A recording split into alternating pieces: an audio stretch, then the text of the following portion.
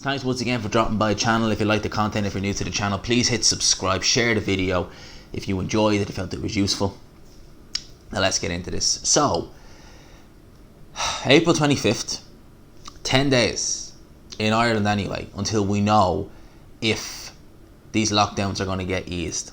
Now, I am seriously hoping they do, because it's getting annoying now being at home, and even if they ease them, I'm still probably going to be working from home for the next month or so, I'd imagine it anyway. I could be wrong about that, but I'd imagine I'll be working from home for the next month at least. There's 95 people apparently in our office altogether. I'm very surprised at that number. I didn't think there was, but apparently that's how many there are. We may be able to get away with that, I don't know, but it's hit or miss. It could be longer until we get to go back to our office. But one thing I'll definitely be looking forward to is when they open the barbers and I can get this hair cut, because I always leave my hair cuts to the last minute, and this time it's really came back to bite me because all the barbers shut down about a month ago. So I'm nowhere to get my hair cut.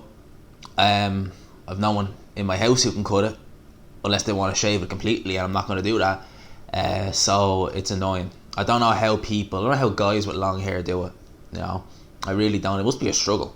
I don't know how guys with long hair do it. I don't know how guys let their hair go grey and then let it go down long. It just looks strange to me. I remember I worked with a guy a couple of years ago. It was one of my first office jobs. I was a guy, he would have been in probably late 40s. Late 40s. He wouldn't have been much older than that. And he had proper, a full head of grey hair, and it was down to about his shoulders. I used to call him Gandalf. That's the way I used to walk around with it. But anyway, we don't want to talk about that. We want to talk about these lockdowns. Hopefully they do get eased. We want to talk about some boxing. Now, there's an interview here with David Haye that he gave with Behind the Gloves. I haven't actually seen it, I'm just quoting it.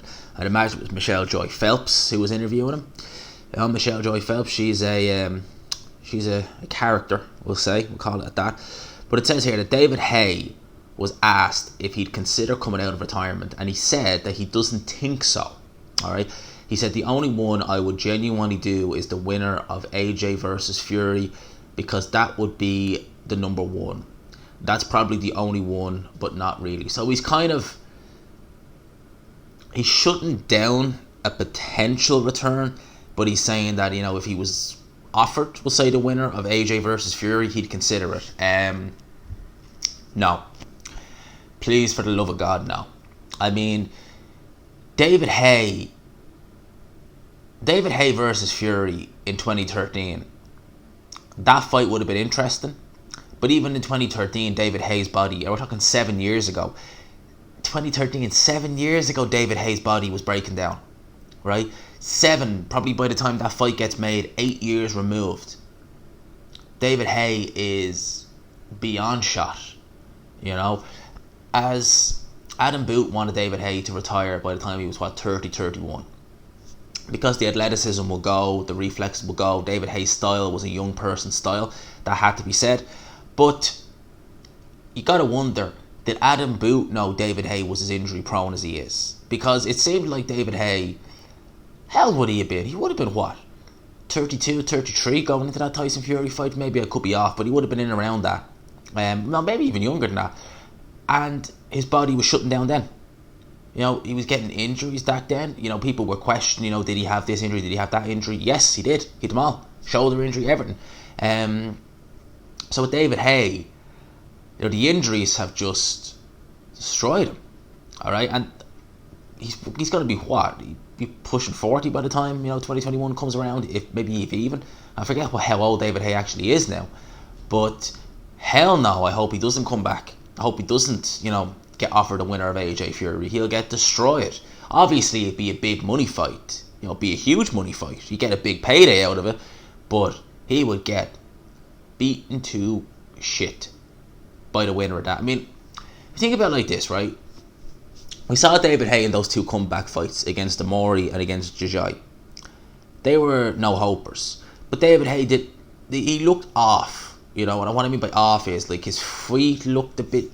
He looked like there was probably injuries there, even in those 2 fights. And then, obviously, he was announced to be fighting Tony Bellew. And you hear people saying, well, geez, David Haye must have known, he wouldn't have been able to last, going against Tony Bellew with all these injuries. Why did he take it? Well, I think he took the Bellew fight because I think he thought, maybe I can get away with it against Bellew. Maybe I can get away with not being at my best. Maybe I can get away with having a few injuries against someone like Bellew. Because cast your minds, there was pretty much, we all thought that this fight was going to happen next for David Haye, was him versus Shannon Briggs. If you remember, he fought on the undercard of David Haye versus Jajai. And, that would have been an interesting fight. Because Shannon Briggs, way over the hill. He only has, 2 good rounds in him. But if he came out and put it on David Haye, a big, strong, hard-hitting heavyweight like Shannon Briggs, make no mistake about it, hits probably way harder than Tony Bellew. In fact, you can pretty much guarantee he hits 10 times harder than Tony Bellew. A lot of people say, I remember Zimbarno Love, he's fought Anthony Joshua, he's fought Charles Martin, I think he's fought Andy Ruiz as well. He's fought a good few heavyweights on their way up, and a lot of heavyweights Rafael Zimbarno Love's fought. He's a journeyman, and he's always said that it was Shannon Briggs who hit him harder than anybody. Even Hrgovic fought him, and he still said Shannon Briggs hit him harder. So Briggs is a big puncher. So when you look at David Haye, you think, Jesus, maybe he knew going in there against Shannon Briggs would be a risk not worth taking, whereas at least with Tony Bellew, a cruiserweight, maybe I can get away with it against him. So it just goes to show, really, for the love of God, I hope David Haye doesn't come back. He had his time. He had his time in boxing.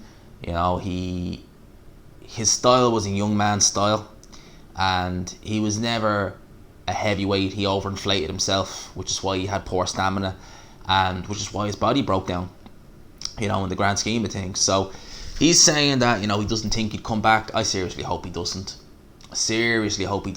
Just those losses to Tony Bellew, leave it at that. If you think Tony Bellew losses are bad, getting in there with a Fury or an AJ, it ain't going to end well, not in the slightest. So, that's what I think about this. Obviously, I wouldn't give him a hope in hell of beating either guy. People say he's a puncher's chance. Does he even? His footwork's that bad. He probably can't even get much weight behind on some of his shots either, because it was Achilles. So that's David Haye in a nutshell. Maybe he's just thinking from an ego point of view. Maybe he'd love to get in there and just to see what's left or give it a go. Obviously money as well would be a big thing. So that's my thoughts on this. Let me know yours down below. I hope you enjoyed this video. If you did, please leave a like, subscribe of course if you are new. As always, I will talk. So before I go, I just want to say thank you for dropping by the channel. I really do appreciate it. I mean, all the support, all the things that have happened on this channel over the last year have been incredible.